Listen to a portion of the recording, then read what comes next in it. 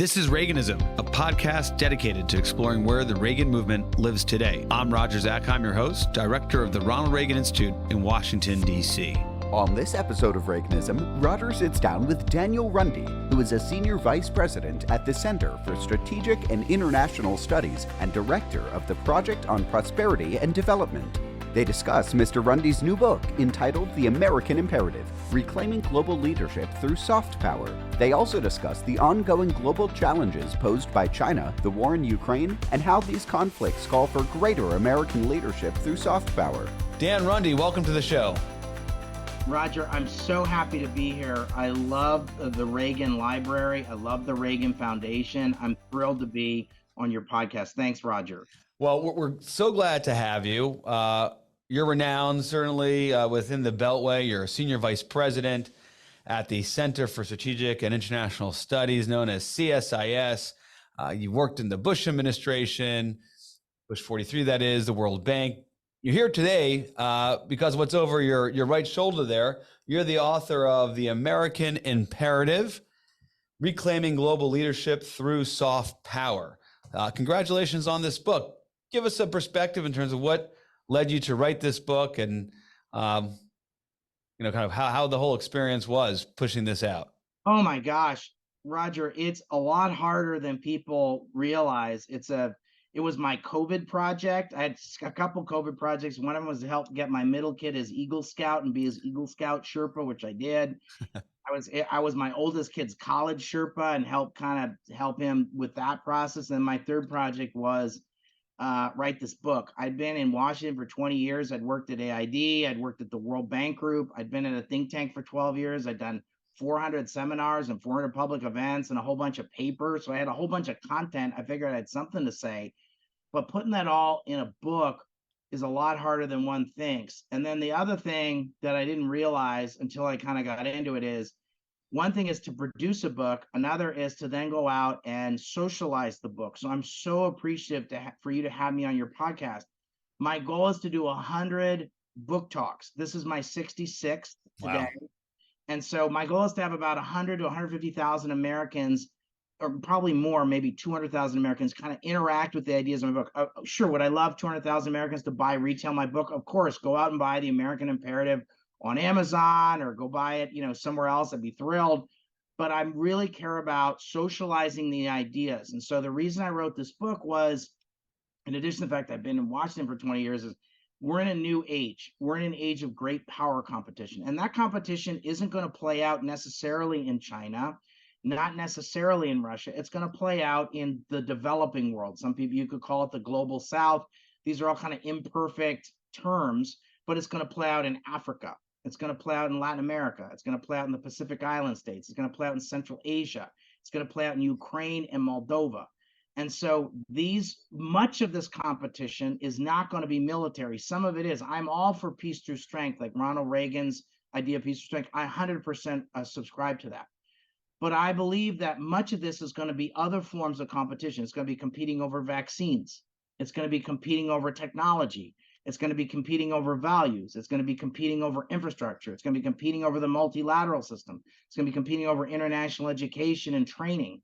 So all of these things that are kind of development, international development, things that are adjacent to development, if I could put it that way. So I think it's so I use the term soft power, another imperfect term, but my view is to say, okay, we need to have a 20-year strategy for the non-military dimensions of our competition. So let's talk about that, and we'll get into many of those elements you've articulated. Just one observation: you were way too productive during COVID, getting your kid become an Eagle Scout, being that Sherpa, getting another kid ready for college, and then writing a book that is putting the rest of us, at least me, to shame. So congrats to you, and thanks for making me feel totally insufficient and not up to the task. I was trying to manage my crazy at the time because it was so stressful. Oh, no doubt. But it's congrats on being so productive.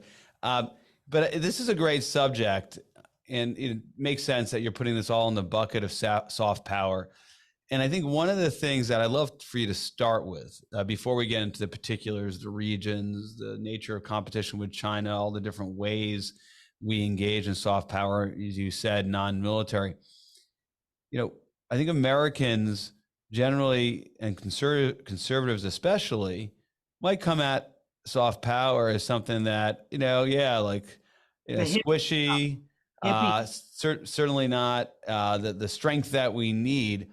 But I think also people don't appreciate this is not the sort of thing, Dan, that necessarily costs a lot, right? This is not, you could be effective at soft power without necessarily breaking the bank. Obviously, there's some investment, but certainly compared to national defense, it's modest by comparison. Explain to us kind of the economics and the investment required to be effective in soft power, and then we'll go in to the elements of. Right, thanks. So I think we need to spend some money on non-military aspects of our power. I'm not necessarily calling for like a tripling of our foreign aid budget. I'm not saying that. I think there are some areas where we ought to make some targeted incremental increases in some areas. There are also maybe some places where we could make some cuts.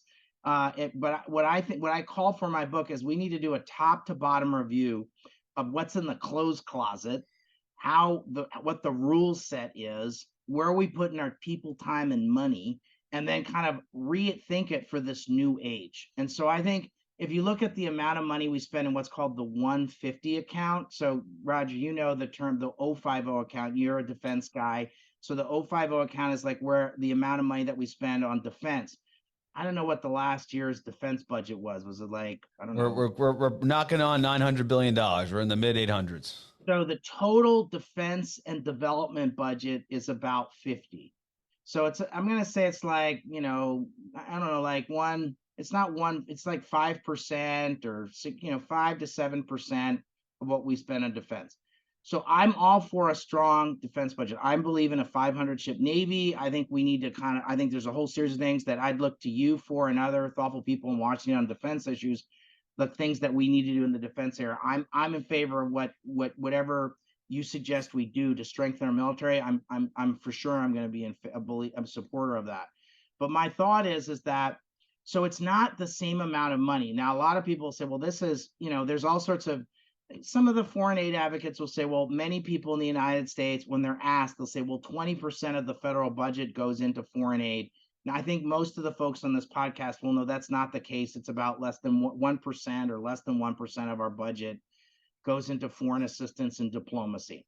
So I'm not saying we should go to like 2% or 3%, but I think we should think about some specific things. I think we ought, and there's some topics I'd be happy to talk about where I would put some additional money into some things as a result of sort of this aid to great power competition. But I would say that we don't do this alone. Foreign aid itself is sort of a theory of change, and I talk about this in the book. Yeah.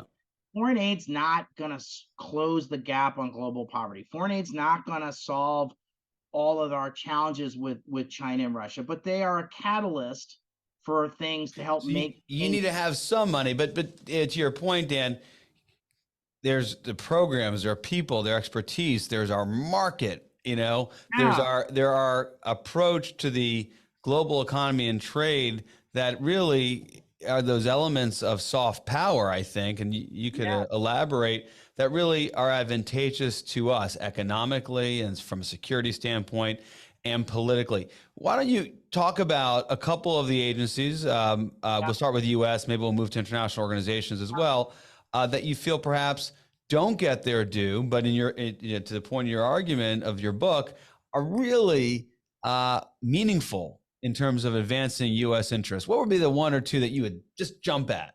Okay, so one of the things I think we need to do more of is to have some targeted investments in bringing folks from developing countries to study in the United States. So things like public health, urban planning, economics. There were two cohorts of technocrats in many developing countries who were ag ministers, finance ministers, prime ministers, presidents of central banks, foreign ministers, studied in the United States. We have a lot of people studying in the US, and the world's changed from even 60 years ago. But when I go to a country, I ask two questions to developing country leaders. I say, where do you buy your weapons from? Because, and you'll appreciate this, Roger, like when you buy a weapons system, like you're buying a whole bunch of training and it's like a 20-year thing. It's like buying an Apple system or a Microsoft system, right? Like You're going to kind of go down that road for 40 years, right? Airplanes or tanks or something like that, right? So that's my first question. My other question I ask is, where are you sending your elites to study? So if they say Beijing or they say Moscow, I get nervous Now, if they say Tokyo, I'm like, great, thumbs up. If you tell me Australia, I'm like, great, thumbs up. If you say United States of America, I say even better.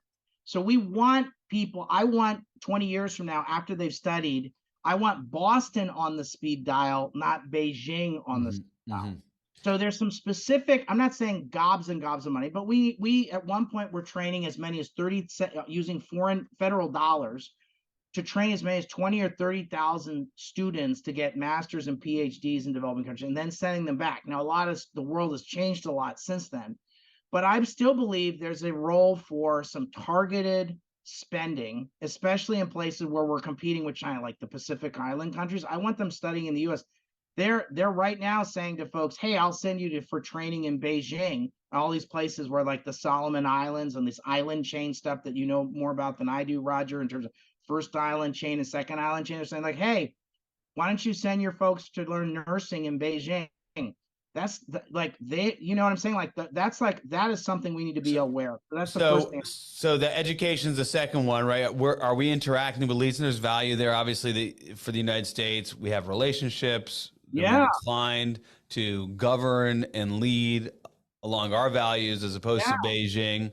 I mean, that seems to be intuitive and a valuable kind of asset for U.S. interests. It's there's several problems with it. One is it takes forever, right? It's like you go study for 2 years, then 20 years later you become prime minister, right? It's a super long-term investment. So people are like, and like you're per beneficiary. So, well, per beneficiary, that's a lot of money. Well, that's true. But if you ask the AID people who operated in the 60s, 70s, 80s, and 90s, like the best investment we spent, it was on that.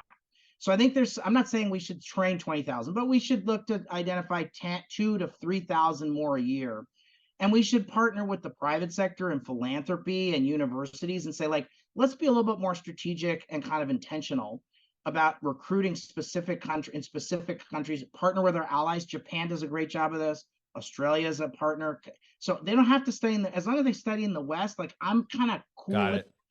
But I think we need to think about this in like a more strategic, holistic way. Okay. We're talking to Dan Runde, author of The American Imperative, Reclaiming Global Leadership Through Soft Power.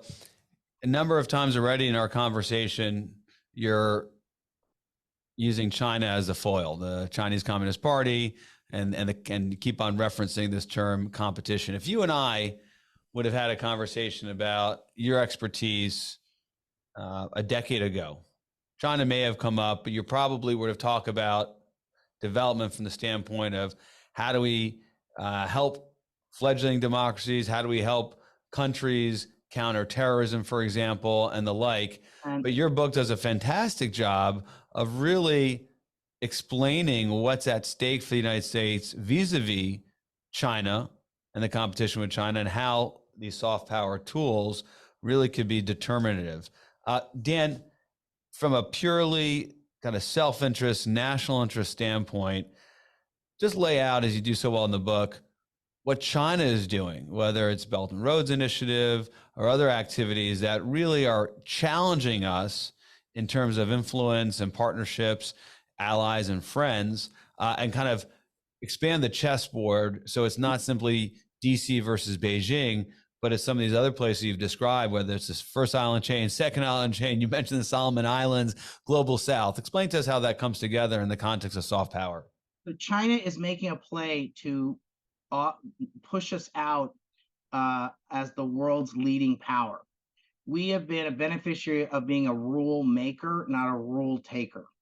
And the Chinese Communist Party and Vladimir Putin's murderous regime and sort of the Star Wars bar of bad guy countries, Iran and some others, North Korea, would like to kind of offset the West and rethink. I'd like your listeners to think about what are the things you most care about: religious freedom, freedom of speech, freedom of association, economic stability, peace and stability in the world, scientific progress, any decisions about your personal life. There's a whole series of things that are kind of undergirded by the system that was set up after World War II. If you care about environmental stewardship and climate, does anyone really believe that the Chinese Communist Party and the coalition of bad folks that they're going to bring with them are going to be able to set rules and be better stewards of the global system than the United States? I think John Kerry believes that. He may be the only one. I worry about this exactly. Yeah. So I think that's the first thing I'd say to your listeners, that we need to understand, like, they are making a play to push us off being the top of the heap in terms of running the world. And like that has been a great thing for the world. We haven't had a third world war, and we have been able to have the international development projects, scientific project, democracy and human rights. These have all been undergirded by American leadership in the world. Okay. The second thing I'd say is, for a lot of people who are in the defense world or national security people, some, not you and not people like General Mattis, but there's a I'm not gonna call it a prejudice, but it's seen as like a little hippy dippy and a little kind of tree huggery, right? And it's like non-serious. So let Right. me give some examples of why it's serious. So during COVID, I sat in my basement for a year, in addition to like helping my kid get into college and Eagle Scout in the book. But I spent a year living in my basement, and so did all of us on this podcast. So I was ecstatic when Pfizer and Moderna came out with their vaccines. I went out and got my vaccine. But there were only so many vaccines for rich countries. And because of different reasons, like, we got to the front of the line. So I remember getting mine. And then we told developing countries, we said, look, you've been to TGI Fridays, Roger. We gave them one of those buzzers at TGI Fridays and said, well, don't worry, we'll buzz you Right. when vaccines are ready, right? We did the TGI Fridays trip. So in the case of the Dominican Republic, the DR is led by a center-right government who said, I'm thinking about re-recognizing Taiwan. COVID happened. And I'm going to kick Huawei out of the telecom system in the DR. So COVID happens, the Chinese show up with a plane full of their crappy vaccines and say, the West is giving you the TGI Fridays treatment. I'm going to give you my crappy vaccine called Sinovac. But I've heard this terrible rumor that you're going to re-recognize Taiwan. You wouldn't want to do that, would you? Oh, no, I'm not going to do that. And I've heard this terrible, we have this really fine firm called Huawei. We think you ought to include it in your telecom system. Oh, yeah, we're going to include it in our telecom system. So anyone says like it's hippy dippy or it doesn't impact people, it does. Another example, Roger, is I just know with the Dominican Republic, Dan, great example. I mean, that's in our hemisphere. in our hemisphere. Same with Guatemala and El Salvador. Guatemala and El Salvador share a border. El Salvador recognized the People's Republic of China 5 years ago. Guatemala recognizes Taiwan. So we said to Guatemala, hang in there. We'll give you the TGI Fridays buzzer, and we'll wait 6 to 12 months, and we'll get to you once we take care of Pennsylvania. Like, I understand that. The politicians are going to pick Pennsylvania over Paraguay for vaccines every day of the week. As they should. As they should. I understand that. But I think there's like, and that's a separate, one of the topics, like if we were going to like think about where we're going to put some additional money is, there's going to be some other funny named vaccine that's going to force us into our basements again. God willing, God, I hope we don't have to do this again in our lifetime, Right. but it'll happen. So we need better early warning systems, and we need better surge capacity so that we can provide vaccines for Paraguay and provide vaccines for the Dominican Republic and provide vaccines, as opposed to saying, hang in there, man. We'll give you the TGI Fridays. Great examples of how China exploits these opportunities, and whether it's recognition of Taiwan or them using, in the case of Dominican Republic, Huawei, of course, a state-owned enterprise that's putting their telecommunications equipment that work against our interests, and so you get the feel from that, Dan, how these sorts of things impact our geopolitics. But let's stick on this theme here for a second, and then we'll jump a little deeper into China and get your take on what its weaknesses are and challenges as well. From the conservative mindset, like, hey, I have no problem engaging Guatemala or Dominican Republic, but I want to give my tax dollars. Why don't we do something where we're engaging with them in terms of building out their free market, the sort of thing where we're generating investment, but it's not on the taxpayer dime. It's a kind of a win-win where we have the U.S. free market and the entrepreneurial spirit that the U.S. brings to drive that development and that economic cooperation, particularly in the Western Hemisphere. How do you think about that? So 100% love that. So when I learned international development theory was you need two things for progress. And when you think about development, it's like a multi-dimensional. It's like economics, it's political, it's social. So you need a functioning state that's not too corrupt. My finger's on the scale of democratic governance. And so like good governance is the term of art. And then you need a growing, formal private sector. So formal meaning like you pay taxes and follow the rules of the game in terms of treat people right and follow the labor rules and environmental rules. But that also means you get access to the capital markets and banks and things like that. And so the World Bank did a study about 15 years ago that said, okay, what percentage of the jobs in the developing world are in the private sector? It turns out 9 out of 10 jobs are in the private sector. Much of that's in the informal sector. And what we want is to get people to move from the informal sector. So if Roger and I set up a kiosk that doesn't pay taxes, I want Roger and I to set up a chain of 7-Elevens that pay taxes, right? We want to do that. We want to move from 1 or 2 kiosks to setting up like a chain of 7-Elevens. That's the goal. So I think if you look at, there are many examples of countries that have escaped poverty.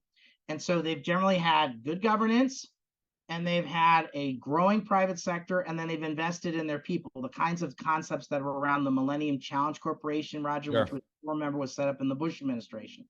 And I will argue that people look back on the Bush 43 administration as a golden age of global development. And unfortunately, in some ways, it's gotten, where people look back and say, boy, It's crowded out by Iraq and Afghanistan. They don't see it. But Millennium Challenge Corporation, I mean, that really had a transformative impact on Africa and public health and like.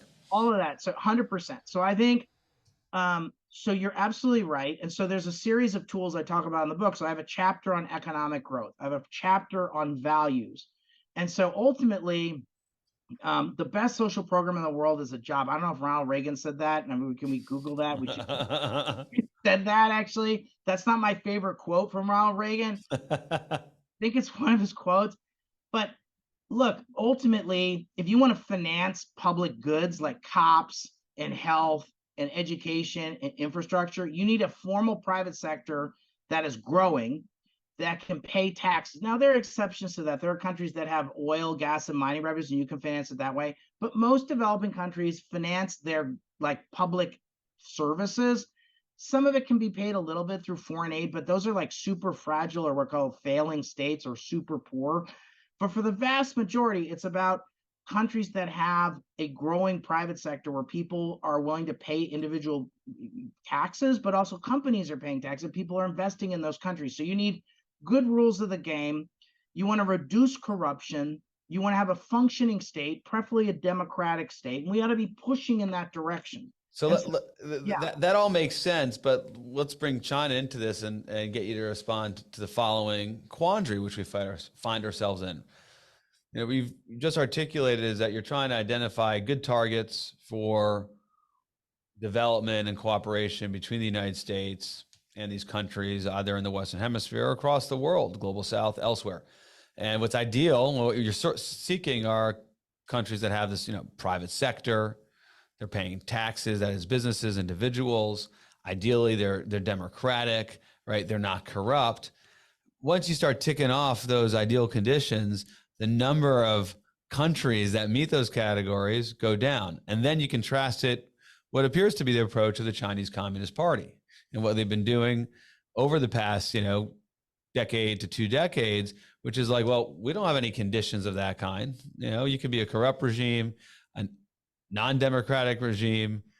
You could have informal, private sector where there isn't a great tax base. I don't care. I'll shake hands with the autocrat. And I'm going to go and give him this loan, predatory or not. And all of a sudden, it's, to your point before, it's not Boston, it's not Washington, it's Beijing.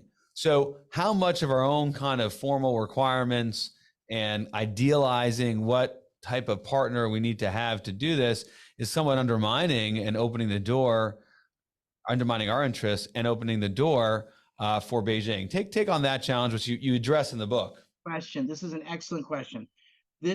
As part of this age of great power competition, we do not have a monopoly on, let's call it, soft power. We are absolutely in a soft power competition. I would argue that in the last 10 years, there's been a wake-up call about global infrastructure, because a lot of multilateral development banks and aid agencies are like, I don't want to do infrastructure. It's too hard. Environmental rules, or we'd say like, hey, we'll do that, build that bridge for you, but it's going to take us 10 years because we're going to spend like 5 years doing environmental stuff to kind of get it up to snuff. Now, I am not saying Whereas China would not. China's like, we'll get that project started tomorrow. Right. I'm a tin pot dictator, and I have a choice between no bridge and a crappy bridge. I'm going with a crappy bridge. If I have the option of no vaccine or crappy vaccine, like I was talking about the DR, they're going with that. So China's able to, what's the message of the book? One of the messages is China has the capacity, along with its sidekick, Vladimir Putin's murderous regime, Russia, have the ability to some extent to fill voids that we leave behind. And that's different than 15 years ago. A little bit to your question earlier about like, well, how do we, so 15 years ago, this wasn't so much a thing. But today, China's got the oomph, the power, and the ability to project power in non-military ways. So we talk, you guys in the military world, you talk about China being a near peer military competitor. I would argue that China and Russia are near peer soft power competitors. And so this is what the problem is. And so we have to go. So you've seen this at the Japanese aid agency called JICA. You've seen this at the Asian Development Bank. These are both kind of institutions led by Japan.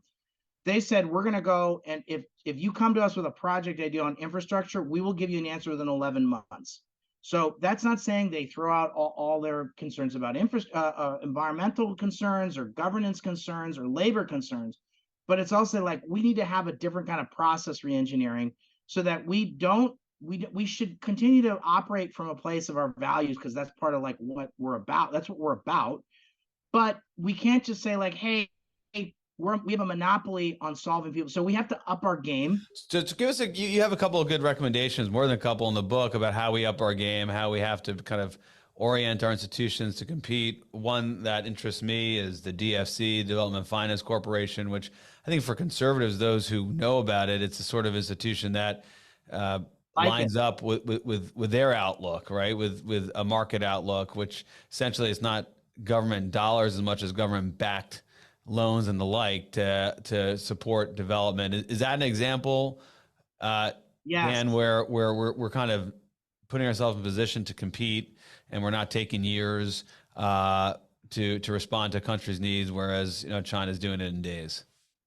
So I think look, I was an architect of something called the Build Act, which you know what that is, Roger, but your listeners, that was the legislative vehicle to create the DFC. From OPIC. I'd worked on Wall Street. I'd worked at a emerging markets commercial bank in Argentina for Citibank. I'd worked at an aid agency. I'd worked at something called the DFI, Development Finance Institution. So I started working on this about 10 years before the passage, 7 or 8 years before the passage of the Build Act. And it's clear to me that a little bit to some of your comments earlier, Roger, like, look, foreign aid's important, but what we have to do, there's lots of thinking about things like crowding in private capital. We've got our capital markets and savings and leveraging all this private money. So if you can find ways to crowd, ultimately private money is much, much bigger than foreign aid. Foreign direct investment, savings, even in developing countries in terms of, or the taxes collected through the private sector. So foreign aid, the UN will recognize and say foreign assistance is catalytic. So we need to think about how we use instruments like the Development Finance Corporation, which is up for reauthorization in about 18 months. So we're doing some work at my day job at CSIS to think about like what tweaks can we make to the Development Finance Corporation now that we've had 3.5 years. So the Build Act and the DFCs are a really important thing. It's an important instrument. What it does is it can lend money for specific projects in countries where maybe banks don't want to lend. It can also provide loan guarantees to banks that might not lend to certain sectors if it didn't have. De-risks it, right? De-risk it for the banks. De-risk it, exactly. They also are doing things like, for example, I was in Ukraine about 2 months ago with President Zelensky, wearing a different hat, and there were several investors around the table for a new investment fund. I'm on the board of an enterprise fund set up in the Clinton administration that invests in Ukraine and Moldova. And so we spun out a private equity fund about 17 years ago called the Horizon Capital Fund. So the parent company is an investor in the fourth fund. The Development Finance Corporation, the DFC, is also an investor in the fourth fund. So the head of the DFC, I represented the board of this enterprise fund, but there are about 8 of these development finance institutions from Europe and the International Finance Corporation and EBRD and the DFC. So the DFC can also invest in funds and can support that. They also, so yes, they're an important instrument. Dan, you referenced that in 18 months, Congress will have to reauthorize it. I mean, continue their mission going. It's an example of a tool that really leverages our capital markets, our private sector, and through that, right, the capital that, of course, the West has built and done so much with, right, the capital markets, free enterprise.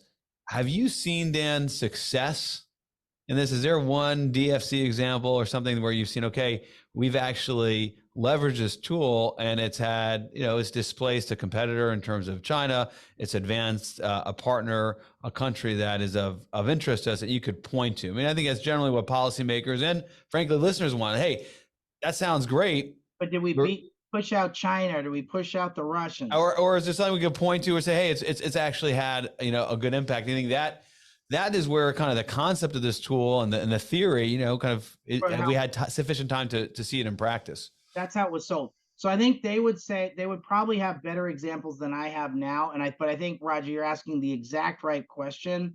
And so we're going to be doing a session later this week. And I'm going to say to folks, hey, folks, I was on a podcast with Roger and I want to I actually think it's a really great question. But my answer, I'll go back to what I know, which is this example in Ukraine. This fund, this private equity fund, Horizon Capital, has been in existence for 15 years. They're launching a fourth fund that is specific to rebuilding the country of Ukraine. So, what we want to do is we want to be able to have a Ukraine that is as wealthy as Poland, has agriculturally productive as Canada, has the manufacturing heft of Germany, has the tech capacity of Silicon Valley, has the defense industrial base of Israel, and it's fully embedded in the European Union, and hopefully, if you ask me, a member of NATO at some point, and you'll have more thoughtful views about that than I have. But I would just say that part of that has been, okay, so the DFC is in essence making a big bet by putting money into this equity fund on reconstructing Ukraine. They're making a big bet that there are going to be there are some amazing entrepreneurs in Ukraine. This is a very highly educated society, very technically sophisticated business class and scientific class. There's going to be enormous business opportunities. And if they're fully plugged into the European Union and the West, there's no reason they couldn't be. They're 1/4 the level of development of Poland. That's crazy. And one of the reasons, not the only reason, but one of the reasons has been that they didn't have a path to the EU and they didn't plug into the EU. Some of it also is they've had crappy governance. Right. I think also this war, people are going to come back and say, like, I didn't fight for crappy governance. I fought for better governance. And my deepest thought after we're running a big Ukraine Reconstruction Commission at CSIS. My deepest thought after about 200 meetings and 30 seminars and a lot of papers is we got to align all reconstruction of Ukraine with EU accession. It's like what I say to people is like, what would you have done to join the coolest fraternity or the coolest sorority in college? Like, what do you think you're put up with? So your electorate, your political class, your leadership, your business leadership really want to join the EU. And it's like we don't underappreciate or understand that in Washington, but it's like joining the coolest fraternity, the coolest sorority. What reforms would you do? What difficult things would you do to join? That's in essence what it is. And it also will turn on a tap of reconstruction monies that Europe has. And we want to have burden. I know the Europeans are doing burden sharing, but we should expect even more of the Europeans. Well, that's where I was going to go, right? I mean, you talk about the EU and EU accession, and that's what's going to put the Ukrainians on a firmer economic and political footing. That's intuitive. That makes sense, Dan. But of course, we have $32 billion of U.S. taxpayer money. Well, you have that's gone security, and then you have a slightly less amount, but still in the tens of billions. I think it's over $20 billion going on the development side for Ukraine. From your standpoint, those billions is what, just a kind of a down payment on the sort of investments going to be required from the world and particularly the EU to see Ukrainian reconstruction? Look, I think that this is the numbers are eye-boggling, right? These numbers they get your attention. They're just we don't know how big the price tag is. this is out. I think everyone on this podcast will appreciate that Russia's illegal invasion of Ukraine is just really crossed a whole series of red lines. The level of destruction that they're doing on a developed European country is just it's just disgusting, and it's just unspeakable. It's not right. I also think what the argument I would make to folks is, compared to what? Do we really like Russia? The Russians would like to make a play to take back the Baltic states. The Russians would like to make a play to take pieces of Poland and Moldova. So at some point, in many ways, Ukraine is the shield of Europe, and in many ways, the shield of the West. We're not sending American boys and girls to die in Ukraine. And so they are not asking for that. Have you been surprised, just sticking on Ukraine here and going back to the domestic element, it's become kind of front and center, Dan, in the emerging Republican race to become the nominee for the presidential nominee. Tucker Carlson, probably one of his first questions is whether or not the United States should continue to support and finance security, and of course, certainly beyond security, he'd be skeptical of the Ukrainians. And the presidential candidates are breaking down Vivek Ramaswamy, and President Trump, and Ron DeSantis generally, on the more skeptical side. And then you have Vice President Pence, Asa Hutchinson, Nikki Haley, Tim Scott. They're all on the more supportive side. Are you surprised that Ukraine now has become, in some ways, this almost bellwether of where you stand as a Republican seeking the nomination? And because it really goes not only security issues, but the sorts of issues that you're talking about, American leadership in the world, and whether we should be investing in friends and partners, kind of with this level of investment. So Roger, thanks for asking me. The best thing I've heard all month, in addition to the best thing I've heard all month, was the analysis that came out of the Reagan Foundation on polling, and I'm hope you'll share a little bit about. But it showed that there remains a significant and even a majority of support within the Republican Party among Republicans to support for Ukraine, and I think that's really important. I think 80% of the House Republican caucus and 80% of the Senate Republican caucus voted for the May 2022 aid package for Ukraine, military and non-military. Do I think 80% of Republicans in the House and Senate would do that again? There'll be some kind of a supplemental ask later this fall. It'll probably be in October or November. I think the Biden administration is hoping to be able to demonstrate some military progress on the ground. And I think America likes a winner. If they're winning on the battlefield, and we can decide what winning could mean lots of different things. But if they're seen as making some kind of progress on the ground and have the Russians on their back heel, I think it'll be hard for the Congress to not provide another aid package. My hope is that they would provide an aid package from sort of November 1 through November 15th or December 1 after our presidential election, because this is going to be, we're not going to want to have to do this again a year from now. Yeah, absolutely. And you're referencing the Reagan Summer Survey, and you're right. It showed that over 75% of Americans see it's within the United States' interest to see Ukraine win. Over 70% of Republicans share that view, see it's in the U.S. interest to see Ukraine win. A majority of Republicans believe that it was worth supporting Ukraine in terms of giving taxpayer dollars to paying for equipment that we're delivering to Ukraine.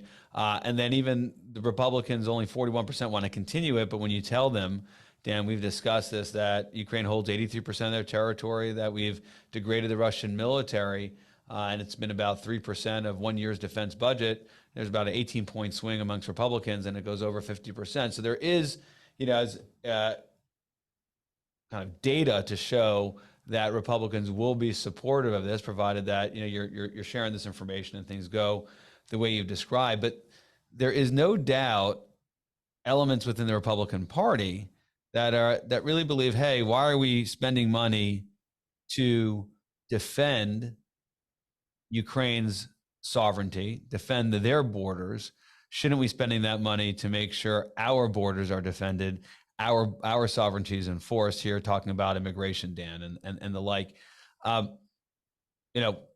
interesting. You see some of the commentators, Ben Shapiro, saying, "Hey, these are not mutually exclusive. It's an and, not an or." My words, not his, but effectively what you're saying. But is this the sort of thing where you're saying your work, your focus on American leadership and soft power is being hurt by the Ukraine debate, or is it just so much is So I kind think of riding on it? so. I think a lot's riding on the Ukraine debate, and I think that I believe that we have to think about. We also have to understand. Republicans need to understand that China is watching what's happening in Ukraine. If Russia is seen as having an acceptable enough price to do Ukraine, if I can put it that way, Xi Jinping is going to say, well, if that was, I could take that hit too. I can take that hit in lives. I can take that hit in economy, but I want to go down as the greatest dictatorial leader of China in the last 100+ years, and I'm going to do Taiwan. And so everyone that thinks that this is going to, what happens in Ukraine is going to stay in Ukraine, we're all fooling ourselves. That's not the case. So we need to understand that there are much bigger issues at play, and that if people think that Vladimir Putin's just going to stop at Ukraine, he ain't going to just stop at Ukraine. He wants to put the Soviet Union or the Russian Empire back together again. He's a neo-czarist or something bad. He's a bad dude. This is a very bad person. He and Xi Jinping are bad, evil leaders. We're the good guys. They're the bad guys. It's really simple. And so I think that on Ukraine, I think there's remains a temptation. There's been a strain within the Republican Party, and you know this, and you saw this in the book. And people have done a better job of this than I have in other books. But Arthur Vandenberg led the Republican Party after the war to sell NATO and the Marshall Plan, and gave up his presidential ambitions to stay as chairman of the Senate Foreign Relations Committee to make those things happen. He also led within the Republican Party at a key meeting in Michigan on Mackinac Island. He basically repositioned the Republican Party as a conservative internationalist party, which I subscribe. I'm a member of that wing of the Republican Party. And so there were historically more isolationist strains and voices. And so I think that through the Cold War, we were able to engage in this. I think so many people have argued it that really I'm wrong, that it's not a great power competition, that we're in a second Cold War. I've eschewed that term. Newt Gingrich, when I was on his podcast, Hugh Hewitt, when I was on his radio show, said, no, Dan, I disagree with you. This is a second Cold War. So I don't know where you stand on that, but I've kind of like, I'm doing a little duck and dodgy and doing like well, I mean, I'm glad. Let's get into that. Let's talk about China real quick, and then we'll wrap up with our lightning round. But Dan, why do you, as you say, eschew the term? Why do you not view this as, a second Cold War? What trips you up about that? So here's my concern about it. I'd like to think we may still have a chance for an off-ramp with China. Like, I don't want to get into a full-on hot war with China, and I don't want to get into so I'd like to think maybe they'll run out of gas, demographic gas, and maybe it'll kind of like, but maybe I'm being too Pollyannish.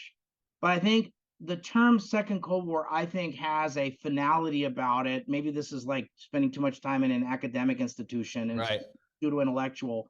But I've stayed away from it also because I think a lot of people on the left aren't ready to go there yet. Well, so, that may be the case. I'll take a minute just to share my view on it. We've been discussing this, and you look at the Cold War. One of the things I didn't fully appreciate until I've done some research and kind of looked at how people treated the period. When Jimmy Carter was president, the mindset that was essentially developed through the détente policy that Nixon started with Kissinger was that the Cold War was over.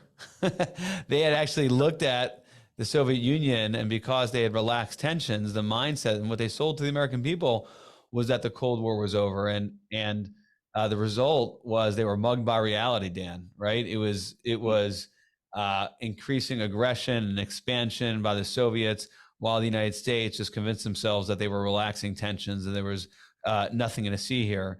And ultimately, Ronald Reagan, the man over your left shoulder there, was pretty pivotal in waking up the United States and saying, hey, there are two parties involved here. And while we're saying what the war is over, the other one is full on engaging and making advances, and we need to counter it.